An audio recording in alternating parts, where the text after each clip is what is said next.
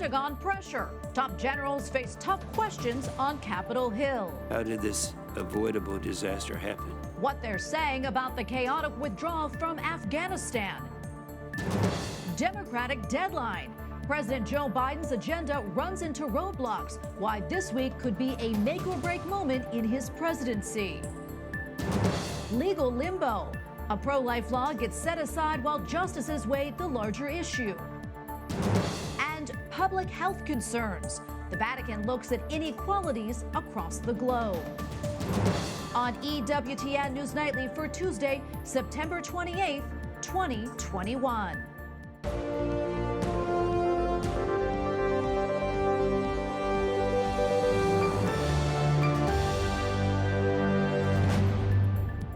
Thank you so much for being with us tonight. I'm Tracy Sable. The U.S. Defense Secretary and Joint Chiefs of Staff were on Capitol Hill today facing tough questions from the Senate Armed Services Committee. Members from both sides grilled them about the hasty withdrawal from Afghanistan. Capitol Hill correspondent Eric Rosales has more. More than a month after the U.S. evacuation from Afghanistan, Pentagon's top brass made their first public appearance. The committee's top Republican, Senator James Inhofe, didn't mince words about the security concerns America now faces. President Biden's decision to withdraw has expanded the threat of terrorism and increased the likelihood of an attack on the homeland. General Mark Milley agrees. We must continue to protect the United States of America and its people from terrorist attacks coming from Afghanistan. A reconstituted al-Qaeda or ISIS with aspirations to attack the United States is a very real possibility. As for the withdrawal of U.S. forces, which President Biden called a success, General Milley says evacuations are often unpredictable. Don't put dates certain on end dates. Make things conditions-based. Two presidents in a row put dates on it. General Milley testified it was his personal opinion that at least 2,500 troops were needed to guard against the collapse of the Afghan government. Republicans blame President Biden for not listening and leaving Americans behind. Secretary Lloyd Austin disagreed. The plan was to leave the embassy there, to continue to address the needs of our American citizens, to engage with the government, and so that was a part of the plan. As for the number of Americans still left behind and reports it might be in the thousands, I personally don't believe that there are 4,000 American citizens still left in Afghanistan, but I cannot confirm or deny that, Senator.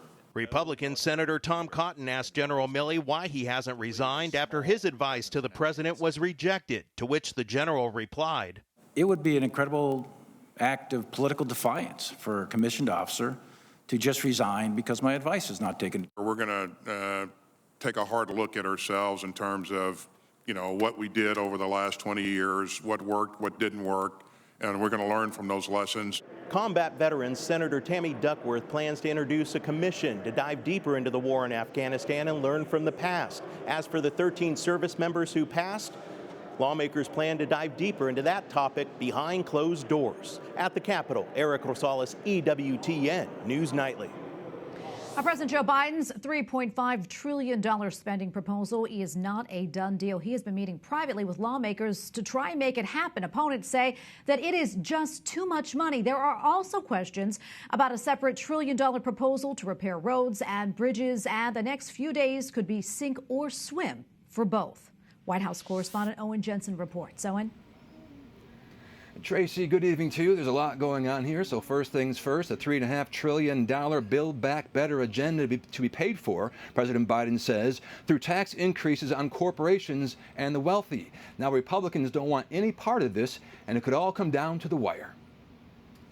President Joe Biden had nothing on his public schedule today, but behind the scenes meeting privately with Senators Joe Manchin and Kyrsten Sinema to narrow down the massive $3.5 trillion Build Back Better price tag. The president felt it was constructive, felt they moved the ball forward, felt there's an agreement that we're at a pivotal moment. But Republicans have trillions of reasons for their fierce opposition. The package that Speaker Pelosi is still trying to bring the bill bring to the floor this week would be over $5.5 trillion of new taxes and spending, much of it added straight to the deficit, all under the name of leveling the playing field. Meanwhile, a separate $1 trillion bipartisan infrastructure package is heading for a House vote Thursday. It already passed the Senate, and the money spending decisions don't stop there. Democratic House Speaker Nancy Pelosi warned. So we have a number of things on the lift the debt ceiling,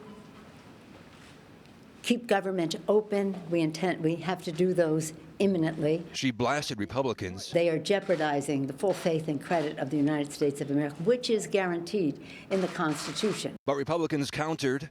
We could have passed a bipartisan continuing resolution last week, but the Democrats attached it to the debt limit.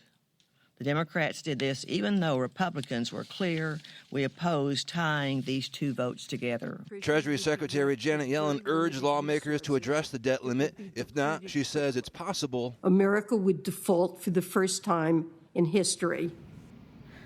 Now, separately tonight, sources tell our partners at the Catholic News Agency that President Biden will meet with Pope Francis next month in Rome.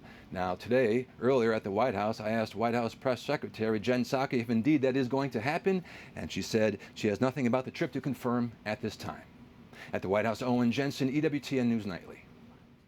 And joining me now is Warren Davidson, Republican representative from Ohio and a former Army Ranger. Representative Davidson, thank you so much for being with us, and thank you for your service. As we just heard from Owen, and as you know, the $1 trillion bipartisan infrastructure bill will be up for a vote on Thursday, and President Biden wants that spending bill, along with a $3.5 trillion infrastructure bill, to pass in Congress this week.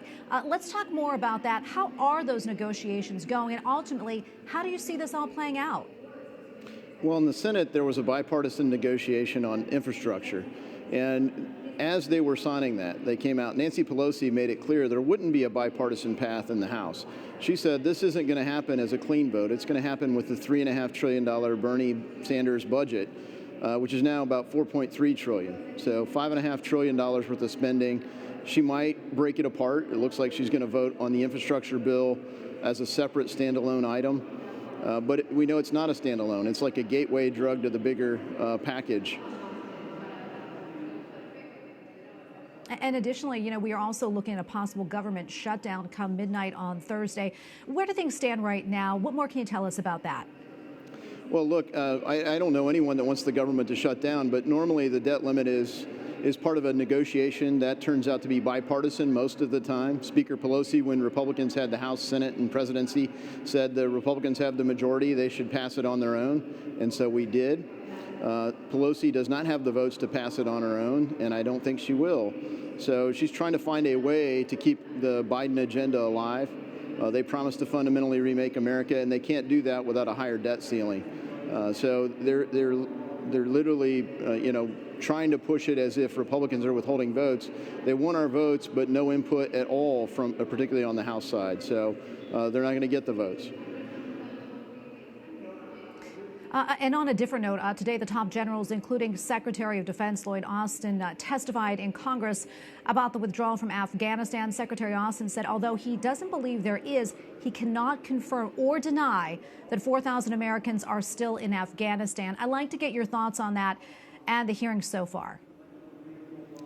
Well, look, there needs to be accountability. I mean, that's why a lot of us oppose the NDAA. I mean, I'm a former Army Ranger. To oppose defense appropriations is very hard and painful.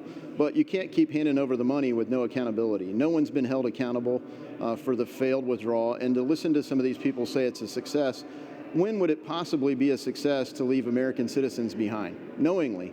And they don't even know no account, but they do know for sure they left American citizens behind. And then when you look at the other failures, I mean, not only are they keeping their word to the Taliban and breaking their word to the American people, they still haven't found the ISIS-K folks responsible for the bombing that killed 13 Americans, on the Kabul airfield. They did target innocent civilians, and no one's been held accountable for that. So it sets a completely different standard. Meanwhile, a Lieutenant Colonel, Marine Corps Lieutenant Colonel, who spoke out and said, hey, leadership involves accountability, they put him in jail. They put him in the brig. So, again, one standard for the top brass and another one for the rank and file. It's shameful, and Congress should not support this leadership team. Yeah, and as you know, General Milley also testified. He said that he recommended 2,500 troops actually stay in Afghanistan, which seemingly contradicts President Biden, who said that last month he did not receive that recommendation from President Biden. What is your reaction to that? And also, it seemed from this hearing a kind of lack of real answers and accountability. Yeah, look, I believe that General Milley was right. That's been the military's position for a long time. 2,500 troops, they wanted to maintain a presence there. My understanding is Joe Biden kept his word to the Taliban and started leaving with the military first. And the fact that there wasn't a battle even at the embassy without classified info, you could tell that, hey, there was some reason that happened. And I think, reasonable people can draw that there was an agreement worked out with the Taliban.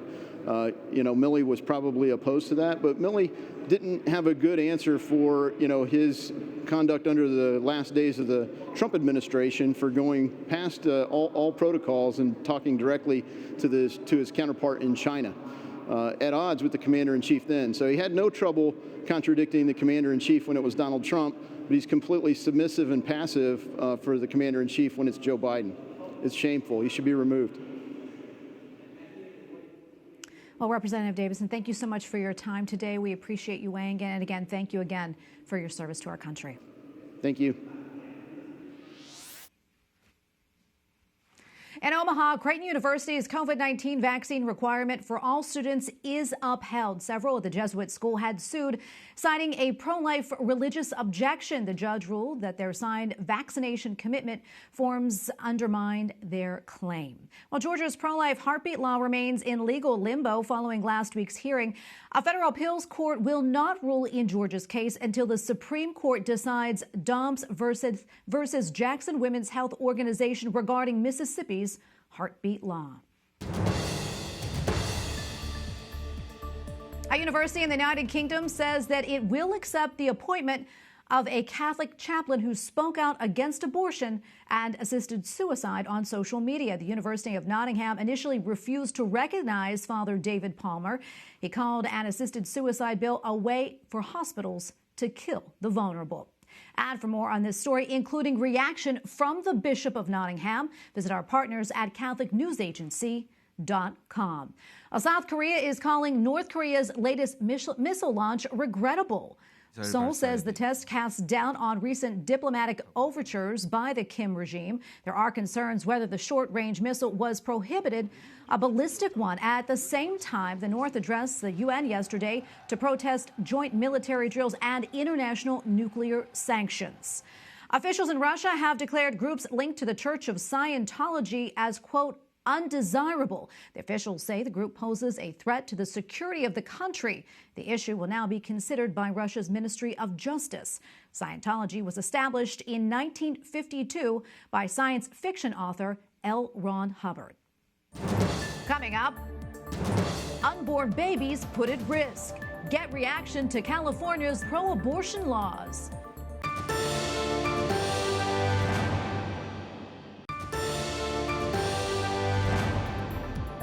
Last week, California's Democrat governor signed into law 2 pro-abortion bills. One of the bills, signed by Gavin Newsom, allows for abortions and, quote, gender-affirming care to be kept confidential from insurance policy holders. In most cases, that means that minors can obtain the services without parental consent. One report says that Planned Parenthood provides resources instructing teens on how to hide abortions from their parents.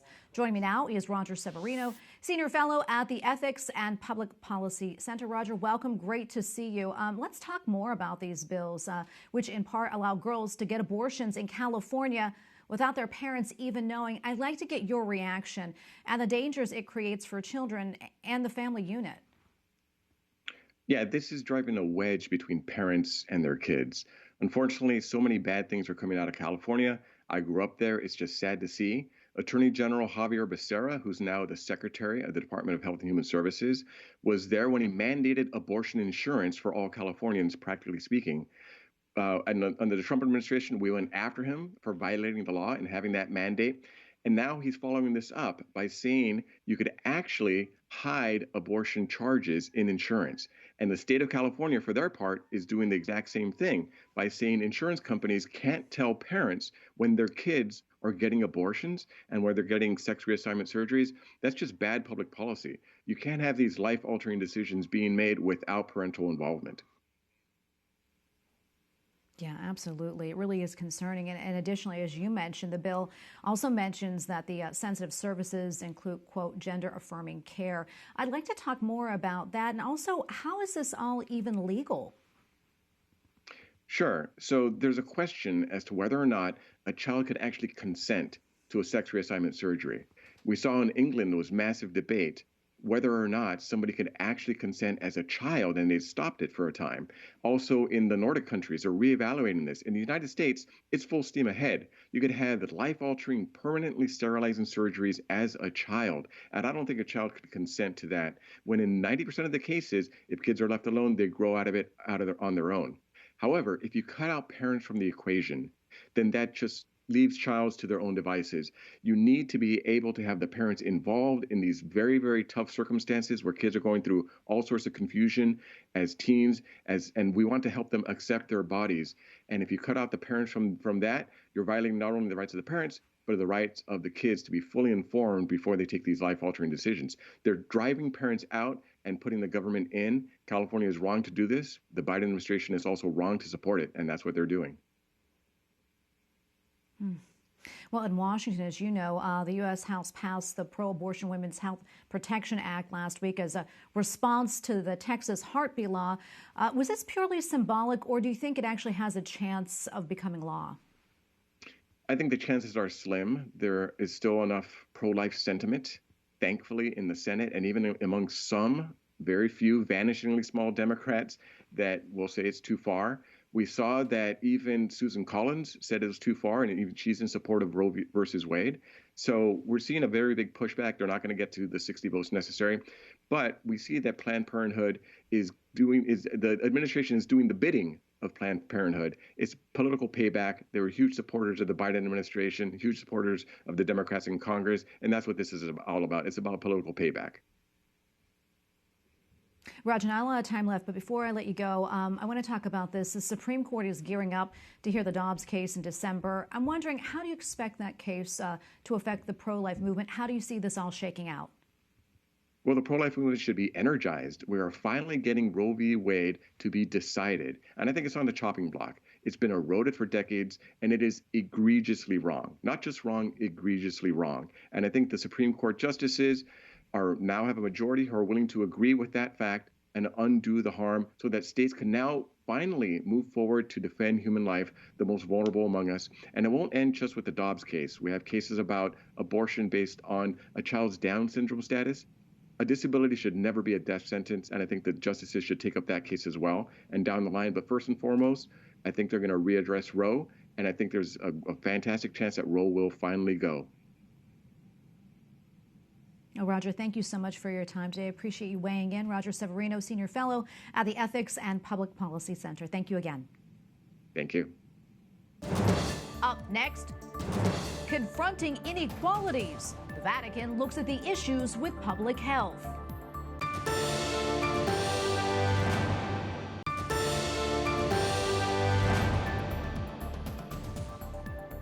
Cardinal Wilton Gregory, the Archbishop of Washington, takes possession of his titular church in Rome. Cardinal Gregory said that he was deeply grateful for being assigned the Immaculate Conception Church. Cardinals are assigned a church to formally make them a part of the Diocese of Rome, whose bishop is the Pope.